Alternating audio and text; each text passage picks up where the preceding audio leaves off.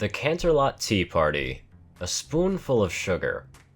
Celestia sipped at her tea calmly, her eyes closed in quiet contemplation. The air was clean and crisp, and the curtains cast a dim light across the dining hall. The crickets slowly ceased in their symphony as Luna's moon retreated beyond the horizon. All of it blended together in harmony, and that was just the way that she liked it.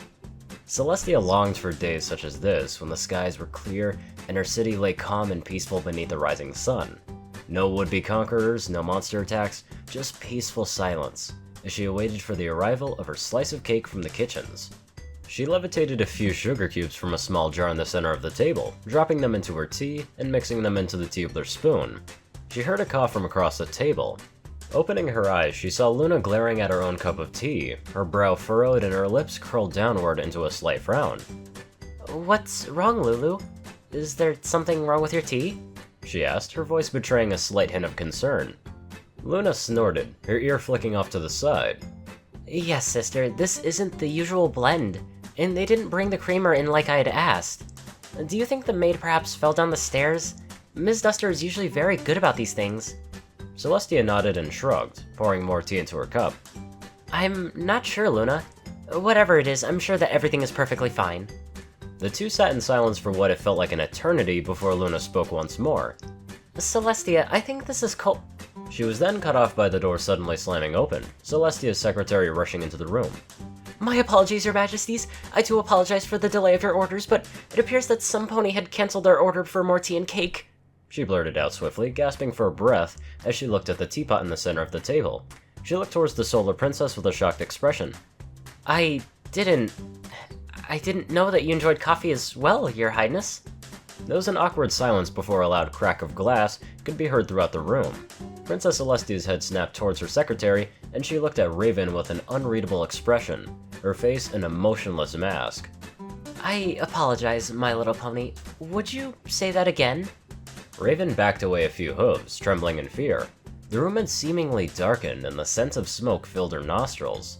Celestia sat behind the table, and her eyes cold and unforgiving.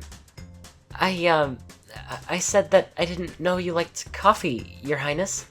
That's what's in the pot."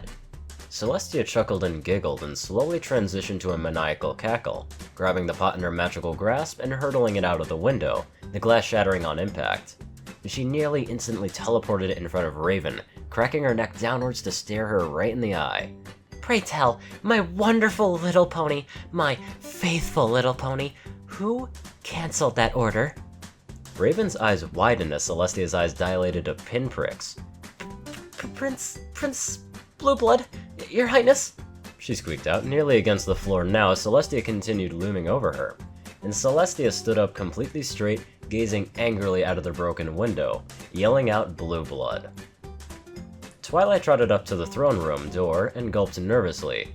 She had just received a letter from Celestia telling her to come to Canterlot, saying that there was a situation of dire importance that had to be dealt with immediately, and had teleported over just a few minutes prior. Nudging the door open, she poked her head through and was greeted to a peculiar sight, and her eyes widened. Luna was sat in the corner in a large lounging chair, reclining with a bag of popcorn clutched at her hooves, occasionally tossing a hoofful into her mouth.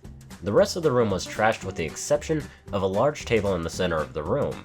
Scorch marks and burnt curtains dotted the walls and windows, and what Twilight thought was Celestia's bed was a pile of ash. Speaking of Celestia, she looked maniacal. Her hair was shaggy and frayed as she rocked in the corner, whispering unintelligibly. The only word that Twilight could make out was the occasional "traitors." Celestia's head shot up like a rabbit who's just realized that there was a timber wolf in front of it. Hello, Twilight.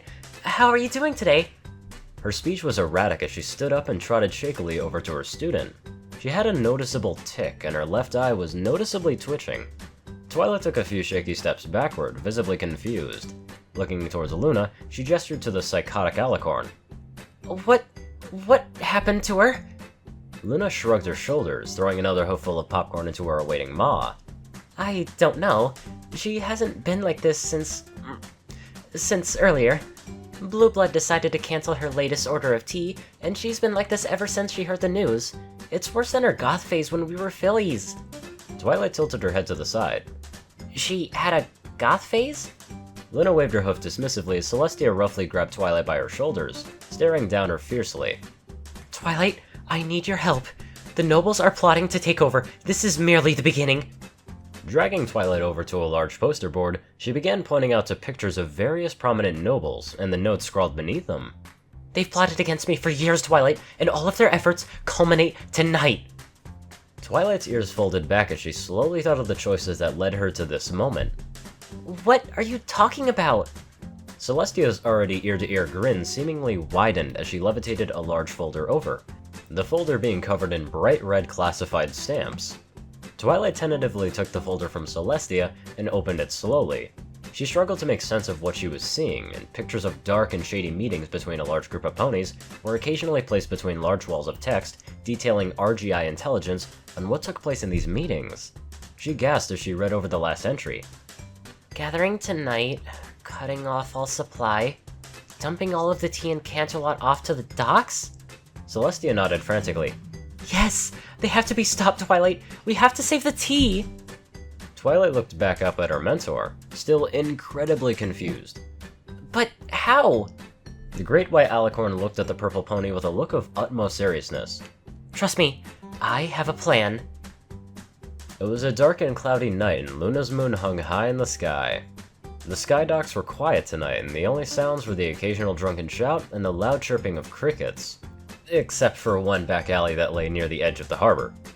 A large group of well-dressed, affluent-looking ponies walked alongside two minotaurs who were pulling two large carts, each chock full of unmarked crates. Blueblood sat at the front, leading the assembled party through the dark, windy alleys and back streets. He suddenly stopped as he heard a whoosh, turning around to face his group, immediately noticing something off. Where did High Society and Spotlight go? Immediately upon ending a sentence, all of the street lamps illuminating the street went dark.